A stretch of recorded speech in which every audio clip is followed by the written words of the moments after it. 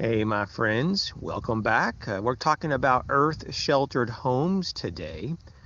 I just want to thank you for all your ongoing support on the channel. I really do appreciate you guys coming by. And, I've had this thing for earth sheltered homes for many years. And I must say that I do have experience with these homes. And it is a very rewarding process to build an earth sheltered home, uh, to design one, and to go through the process to reap rewards that were actually far beyond what I would even expect. And it's not just the strength of these homes. They are very strong. They resist hurricanes, tornadoes, and so forth. It would take a very, very intense earthquake to even damage these. You don't have to worry about roofs because it's all reinforced concrete with dirt over it. You don't have to replace, obviously the roof shingles or gutters. It's very maintenance free. A lot of these homes pay for itself within the first 10 to 20 years of ownership just because the heating and cooling costs are almost zero. Just depending on, of course, where you live and your, temperature, ranges and stuff in your seasons. But it's it could be very plausible that you just don't even get an air conditioner built in the home because it's just not needed.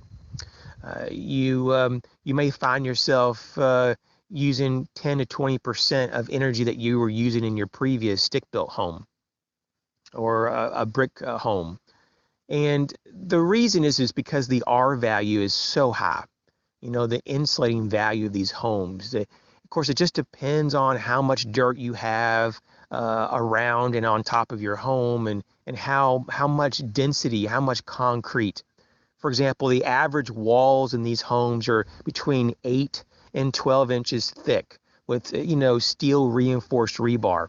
And the ceilings are pretty much the same. They typically are going to be, actually a little bit more, maybe like between 12 to 18 inches. They're pretty strong.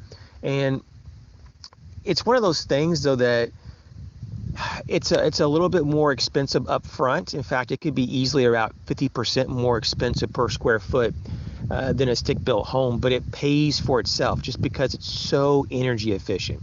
When you have an R value that's 3 to 5 times more than the traditional home, you have a great potential to really reduce your overhead just on a monthly basis. And so I just wanted to talk about this because this is really, in my opinion, the ultimate prepper home. This is a place you could get to safety, that you could shelter, that you could store goods, that you could live, that you could keep your cost of living down. This is something that's going to be maintenance free. And this is a home that's going to outlast you and that you could just pass on to other generations in your family. A lot of these homes would last a lot longer than a traditional stick-built home. And so it's something to consider, especially when you consider that most stick-built homes last between 120 to 150 years and they start to have major structural damage just because they wear out. These homes can last hundreds of years, many hundreds of years. Some of them are actually rated as much as 500 years. I know that sounds almost a little bit outside of what you would consider to be almost acceptable, but because of how they're designed with the concrete and how they're designed to be water resistant and they're sealed in a certain way, it is very plausible that some of these could last at least several hundred years.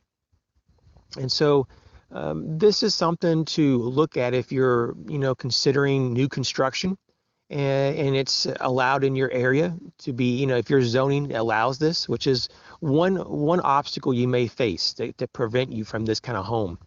But I think this is going to be an option that a lot of what people would be desiring in the future. As always, thanks for coming along, and I'll catch you later.